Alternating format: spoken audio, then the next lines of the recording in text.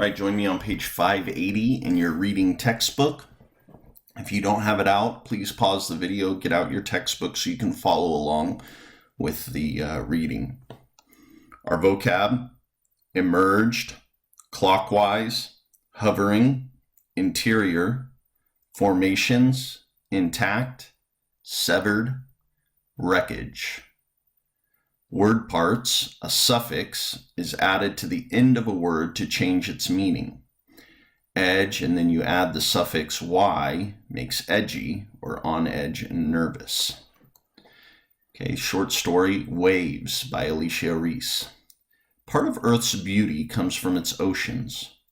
Oceanographers study the chemical makeup of the ocean as well as the currents in water, weather patterns that have emerged, the geography of the ocean floor, and many other areas.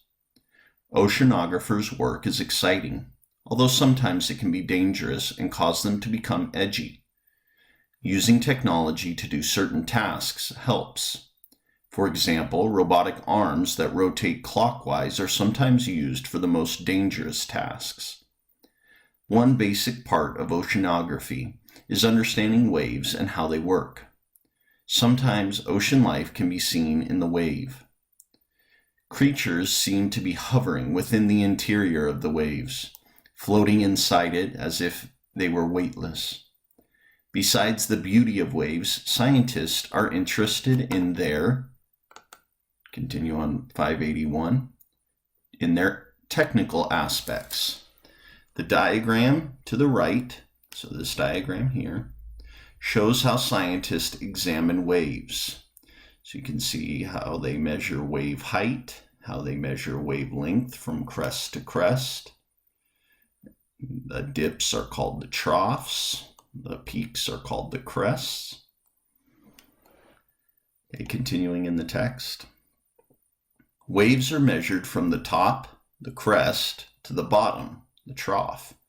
This allows scientists to find out the height of a wave. They also measure from the crest to determine the length of each wave. Waves are classified by their height, length, and frequency. Some common kinds of waves are chop, swell, shallow, deep, and tsunami. Waves are created by specific conditions. The conditions that affect formations of waves include the ocean's temperature and depth, the wind's strength and speed, and the geological conditions of the area.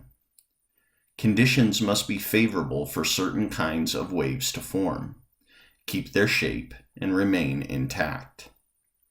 A wave's height and length are directly related to its wind speed and duration, or how long it has been blowing.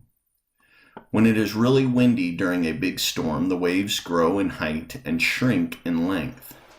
During severe storms, huge and frequent waves might cut a sea vessel apart. Ships are at great risk of winding up as severed pieces after being hit by the force of a huge wave. By understanding the ocean, scientists can prevent this wreckage of ships by predicting when the water will be too dangerous for people and their ships. The study of waves and the ocean also allows oceanographers to determine how certain beaches were formed. By studying the oceans, a great deal can be learned about the surface we live on. Reread for comprehension. Fact and opinion. A fact is something that can be proven true. An opinion is what someone thinks, feels, or believes. Nonfiction selections include facts, but they may include some opinions too. Knowing what information is fact and which is opinion can help you evaluate or give a value to what you read. Is it something worthwhile to read, or does what you read not have a lot of value? Is it not very does it not have a lot of facts to strengthen its argument? Use your fact and opinion chart as you reread Waves. And you have a fact and opinion chart in your Google Classroom, and there's a help video that follows along with that. All right, thanks for watching, and I'll see you on the next one.